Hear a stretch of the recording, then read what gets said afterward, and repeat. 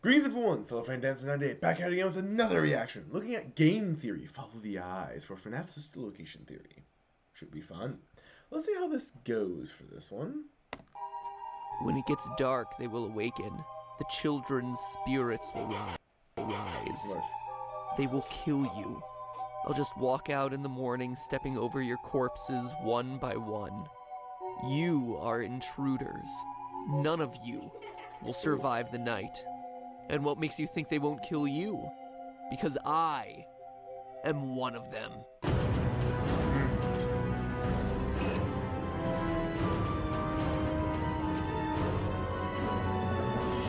Hello, Internet!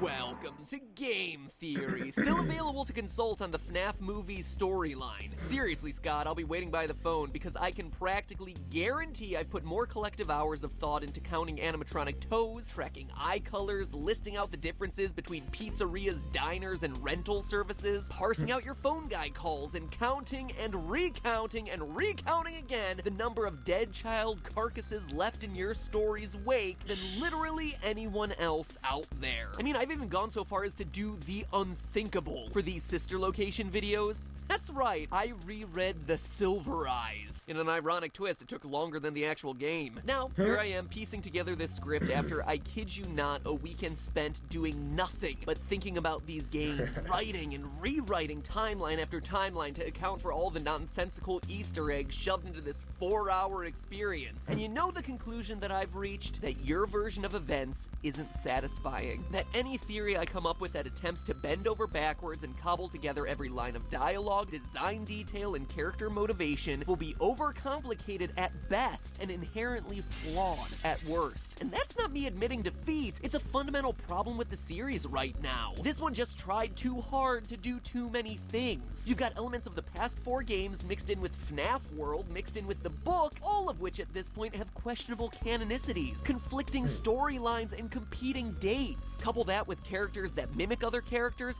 that lie to you, and characters that may not even exist across the different story threads of the franchise, and it's unclear if this is a continuation of the books, if it's a continuation of the games, or just an outright reboot of some kind. The best analogy I can think of is that it's like the giant human glob you turn into at the end of Inside. A mass of limbs all struggling to work together to move in one direction, but all just flailing out randomly. And honestly, it could have been easy. With Scott saying that the original story was completed with FNAF 4, we could have just said that sister location was aligned with the book and FNAF World to start paving the way for the movie. But then you couldn't help yourself, Scott. You just had to throw in those FNAF 4 Easter eggs, huh? And those put everything into chaos. And it's not just me feeling it. Based on what I'm reading online, a lot of FNAF theorists sense that the lore contained in sister location is a game changer, but then they don't exactly know why or what to do with it. Struggling under the weight of explaining away Ennards and babies, Mikes and Williams, casual bongos and exotic butters. What's an Easter egg, what's a tongue-in-cheek reference, and what is actual canon? So understandably, there's some confusion about what's actually going on in this game, and that is what I'm out to solve in these videos. Picking sister location apart to definitively put together which details matter and why this is such a monumental game for the franchise's lore. So go ahead, keep your plots vague and convoluted, Scotty boy. I'm here to translate your madness to the world. First off,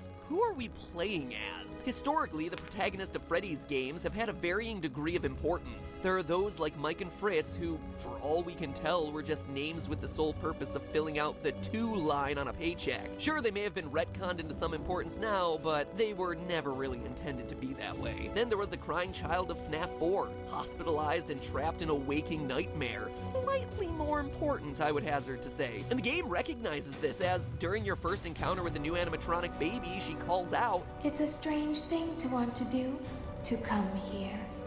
I'm curious what events would lead a person to want to spend their nights in a place like this, willingly.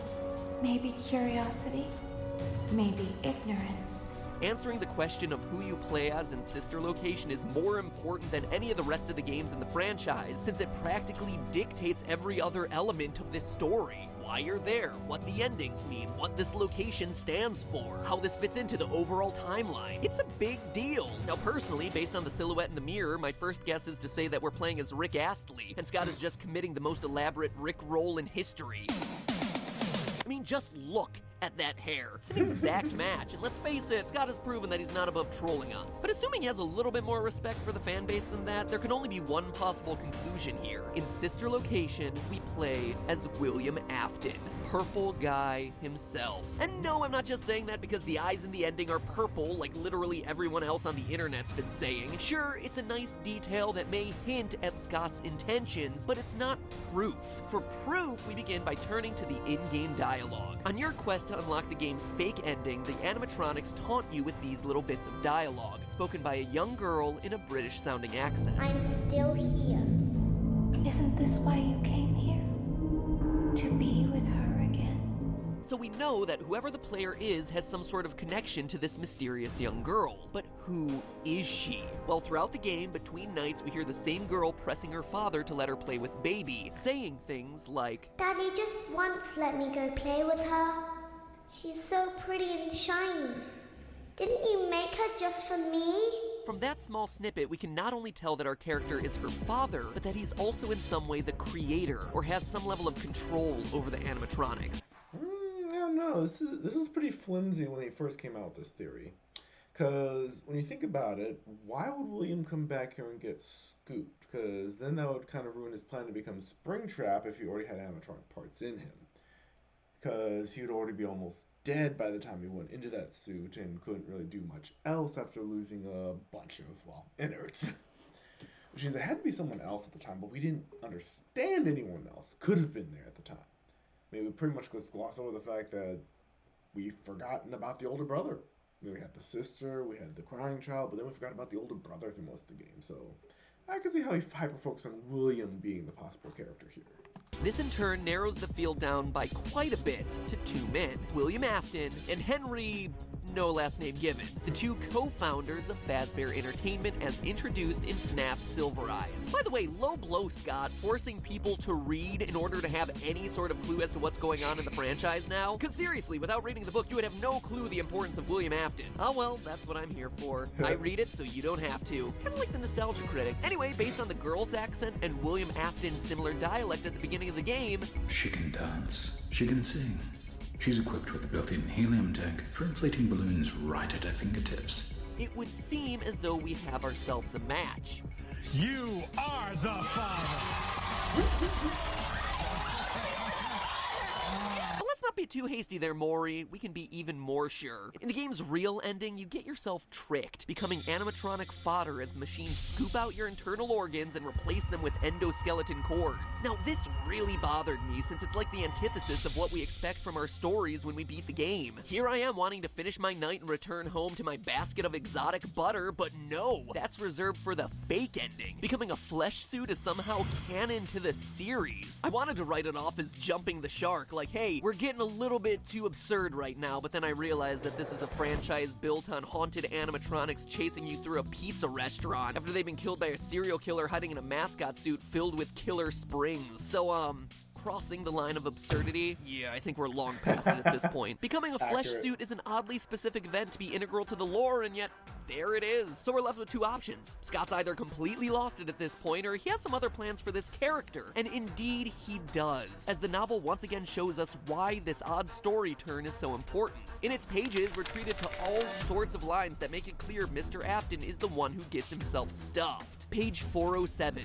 Quote, Charlie, there's something different about him. It was as if the guard, the man they had met, had been stripped away, and what sat before them was nothing but a blank canvas. End quote. And again, 2 pages later, quote, Dave is the fake name for William Afton in the novel. He's hiding out in another identity. Long story. Anyway, just go with it. Dave's body moved upward, straightening, but the movement was too smooth. He seemed to make no effort, use no muscles, and exert no energy. Dave's eyes opened steadily, glassy and without emotion, like the robots on the stage outside. End quote. And there you have it. That totally just spelled it out for us, didn't it? Like the robots on the stage outside. In fact, the book makes a huge deal about Afton's eyes, over and over again, like when the character John describes seeing Afton kidnap his friends on pages 120 to 122. Quote, the eyes, they were all I could see. They were dead, just dull and flat. Like they still moved and blinked and saw, but whatever was behind them had died a long time ago, end quote. Died a long time ago, you say? Like perhaps in an underground murder bunker, doubling as a robotic distribution center, perhaps. Now real quick, let's pause here and have some real talk to Ennard, Baby, and the gang. Guys, we're gonna have a bit of an intervention here. If your goal is to blend in with the outside world and look like us, look like any other human, choosing to go with the purple eyes is not gonna be helping your cause all that much. Artificial intelligence? More like artificial idiots. Do your homework. Humans don't tend to have purple eyes. I mean, seriously, you have a blue-eyed animatronic just waiting to go. Look, there's Foxy. He has brown/orange eyes. Great. Anyway, I digress. Who am I to judge? Maybe we're all just left to assume that Afton walks around in those cool colored contacts. Anyway, it's not just the eyes that give away Afton as the animatronic's meat puppet. His overall physicality has undergone a drastic change over the years as well. On page 418, we hear that Afton started off robust and lively, a hefty man who had the ruddy geniality of a financially shrewd Santa Claus. Financially shrewd Santa Claus, huh? No one said the writing of this book was any good. There's clearly a reason why only 500 people made it all the way through this book. And I say that because on Amazon Kindle, they actually show you the most popular highlighted sections, and like, they all drop off by midway through the book, so I can only assume that I'm the only person who made it all the way through. The things I do for you. Anyway, soon after, our financially shrewd Santa Claus is accused of murder. He's released due to no bodies being found, and then he skips town. However, when he comes back, he's a changed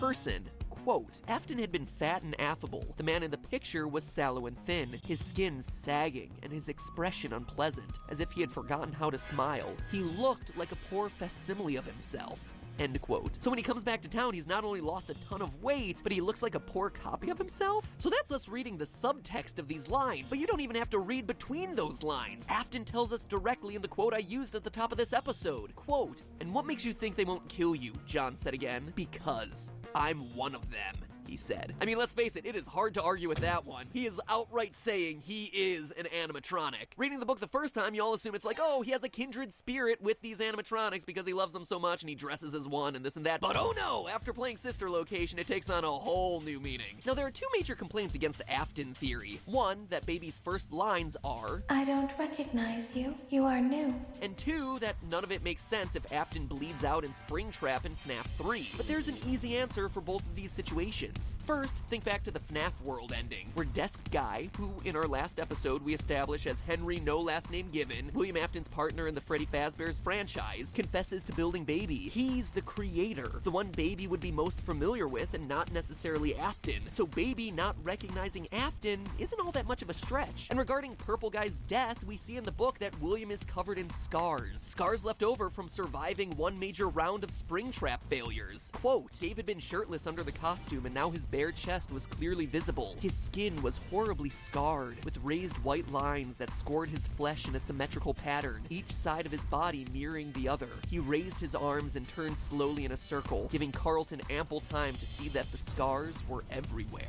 Also note that we never actually see Springtrap die in FNAF 3, just collapse into his own pool of blood and shiver there. The light never drains from his eyes. And Silver Eyes shows that it's not only possible, but that William has indeed survived a Springlock failure in the past. So could the FNAF 3 incident be the reason he has all those scars in the book? Absolutely. Also, according to the timelines the events line up. All of the events of Silver Eyes take place in 1995, placing it long after any events that we've seen in the games thus far, with the exception of Fazbear's Fright, which may have been a hallucinogenic dream sequence anyway. So all in all, cool story, bro. We play as Purple Guy in Sister Location. Thank you for selecting Casual Bongos. But why? What does all this mean for the plot of the game? It actually explains a lot, but from here it also tends to get really complicated, because now we're dipping into the FNAF 4 surveillance footage, FNAF 4 locations being tied to Sister Location, child experimentation, and the identities of Baby and Ennard. So instead of rushing my way through it to get it all done in time, I'm gonna pause right here and hold all those explanations for the next episode. Now that we know who is playing the game, we need to know why and how it affects the rest of the series as we know it. So click that basket of exotic butter to subscribe and be informed of when the next half of this theory comes out. And in the meantime, listen to these casual bongos and do me a favor and vote. Sister Location,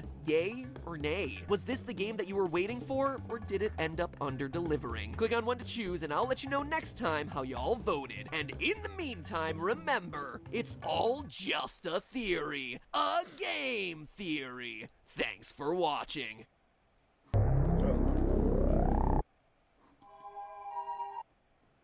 Gotta love when they just cut off right at the end of that. Anywho, hope you guys enjoyed that. I certainly did. Yeah, to be fair, it is pretty interesting how he landed on that, given how he completely forgot there's an older brother at that point, because he was so focused on Afton, the book, how Henry connects, how Baby connects to each of them, how it all connects together. It's just like, it's a mess. It's always been a mess. You know, the series is not exactly the neatest thing. But yeah, I get you. It is pretty convoluted, but it is also important to understand where it goes, how it went there, that kind of thing. Anywho, let's look forward to the next video and see how his theory evolved, where he eventually landed on the older brother and got away from Afton, because let's face it, the book gave him a huge red herring with Dave. You guys take care. I'll see you in the next video. Bye!